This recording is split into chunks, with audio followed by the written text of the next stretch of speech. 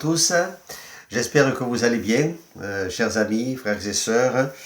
Vous savez que nous prions pour vous, pour tous ceux qui sont à l'écoute derrière leurs écrans, et puis nous prions pour le monde entier, pour tous ceux qui ont besoin du Seigneur.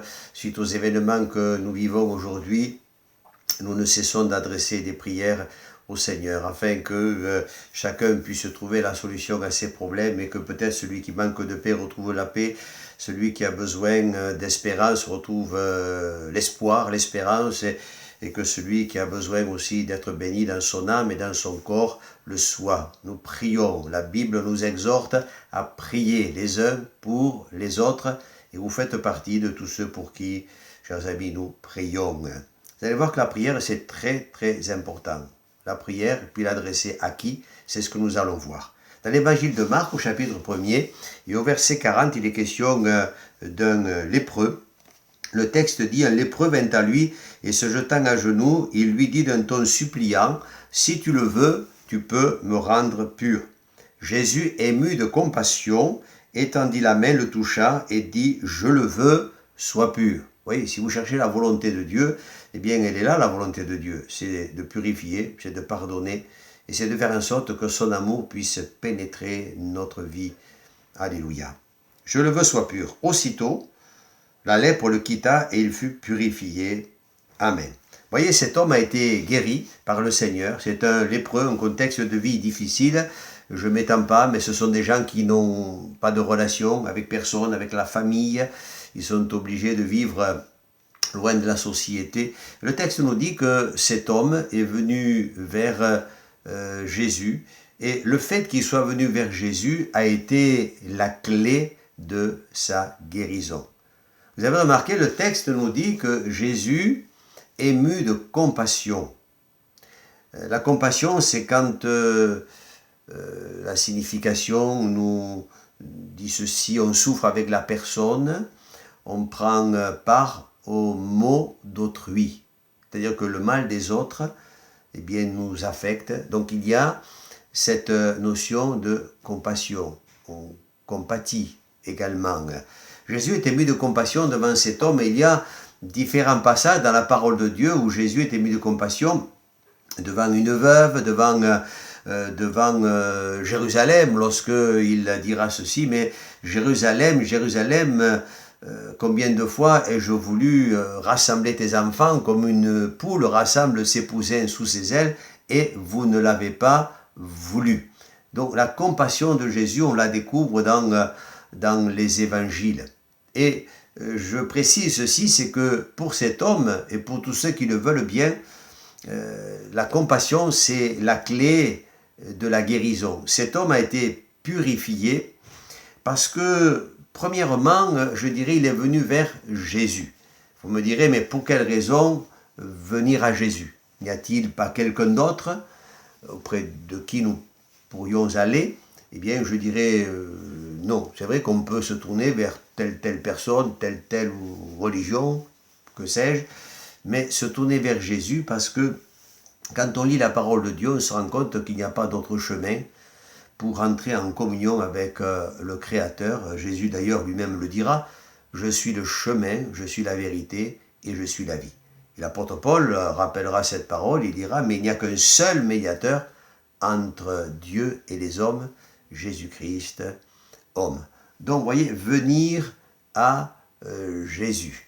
Ce n'est pas que, je dirais, le fait de parler de Jésus, de mettre en avant la Bible, ce n'est pas du tout prétentieux, parce que je sais que plusieurs pourraient me dire, mais nous avons un autre livre, nous avons aussi d'autres façons de pratiquer notre religion, et je suis tout à fait dans le respect, et je crois que la sincérité est au cœur de chacun.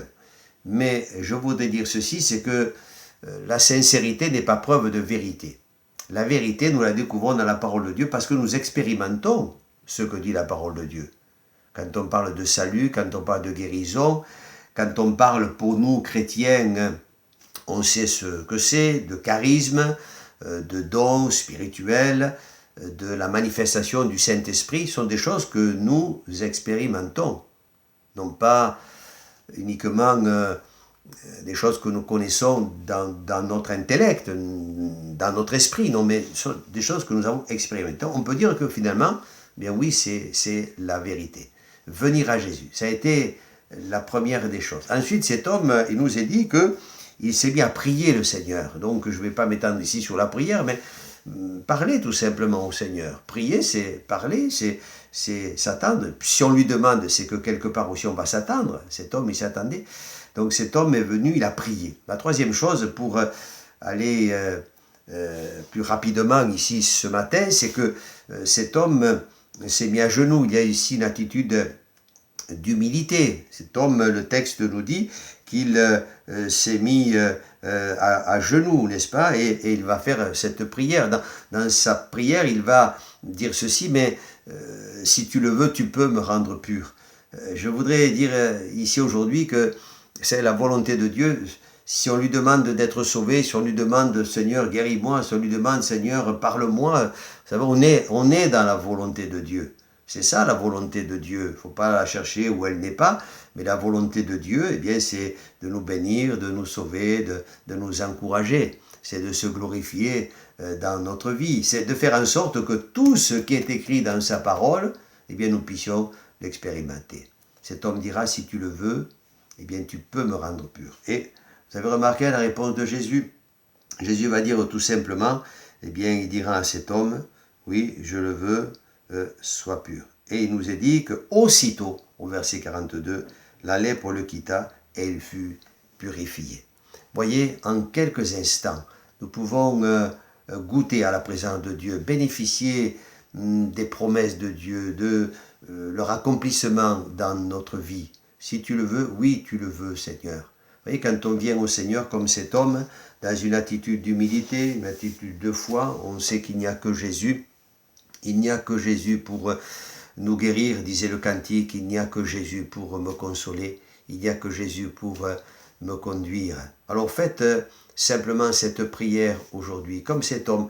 Venez vers Jésus. Vous savez, la purification, ça parle aussi du pardon des péchés. On est lavé dans le sang de Jésus. Donc, il y a ce qui est intérieur, ce qui est spirituel. Mais il y a aussi, je le répète, et j'aime bien le préciser souvent, parce que c'est ce que Dieu nous demande, hein, il y a la guérison de nos corps. La lèpre le quitta. Au même instant, en un instant, tu peux être sauvé. En un instant, tu peux être guéri. En un instant, tu peux retrouver la joie de vivre. Alors que Dieu te bénisse, mon ami. C'est ce que je te souhaite. Et nous prions dans nos cœurs, afin, comme je le dis en introduction, que vous soyez sauvés, bénis, purifiés et pardonnés. La lèpre le quitta. Le péché peut quitter votre vie. La maladie peut quitter votre corps. Le désespoir peut vous quitter, mes amis. Et vous pouvez retrouver en cet instant une réelle joie de vivre dans le Seigneur. Que Dieu vous bénisse. À bientôt et bon courage. Au revoir.